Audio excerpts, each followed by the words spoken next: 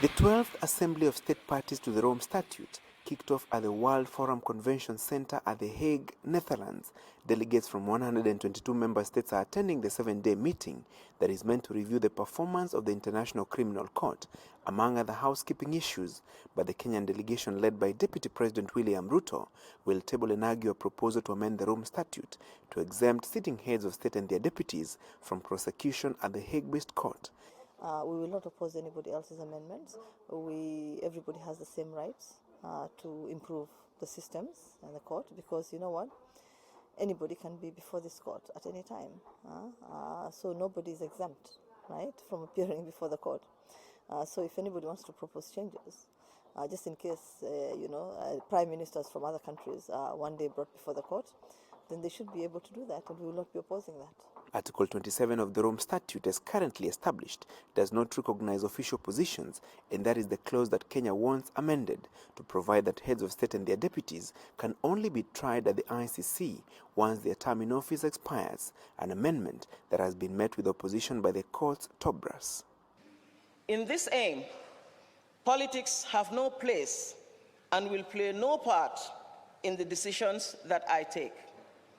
I am resolute in that regard. Any amendment of the legal framework of the Rome Statute system needs to be well thought through and should not be undertaken with undue haste.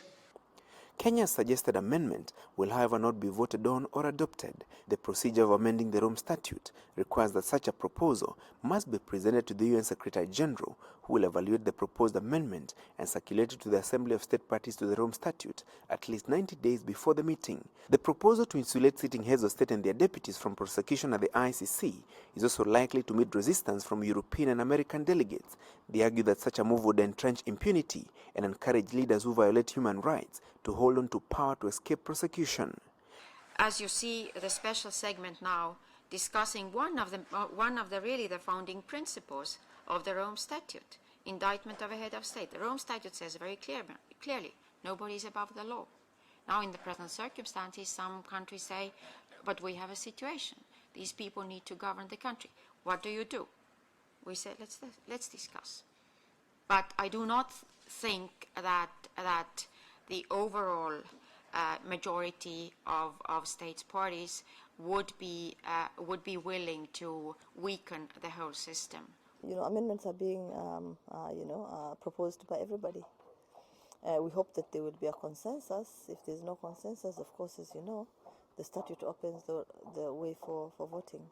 So we'll vote on them. And we're not afraid of being beaten, as you saw in the Security Council. The Assembly of State Parties is also expected to deliberate on a proposal by Britain to amend Article 63 of the Rome Statute that requires an accused person to be physically in court during the trial proceedings. Kenya has also suggested that the article be amended to allow for presence through video link to allow Kenyatta and Ruto execute their state duties. Ruto's trial, together with his co-accused Joshua Arap Sang, resumes tomorrow after a 2-week break. President Kenyatta's trial begins on the 5th of February next year, where he will answer to 5 charges of crimes against humanity. After failing to convince the UN Security Council to defer the cases against President Uhuru Kenyatta and his deputy William Ruto, the Kenyan government believes it has yet another opportunity at the Assembly of State Parties meeting that is going on here at The Hague. And the tyranny of numbers will still be at play, because Africa has only 34 members out of 122 in the Assembly of State Parties. Will Kenya's case at the Assembly succeed? Francis Gashuri, Citizen Live at 9 at The Hague, Netherlands.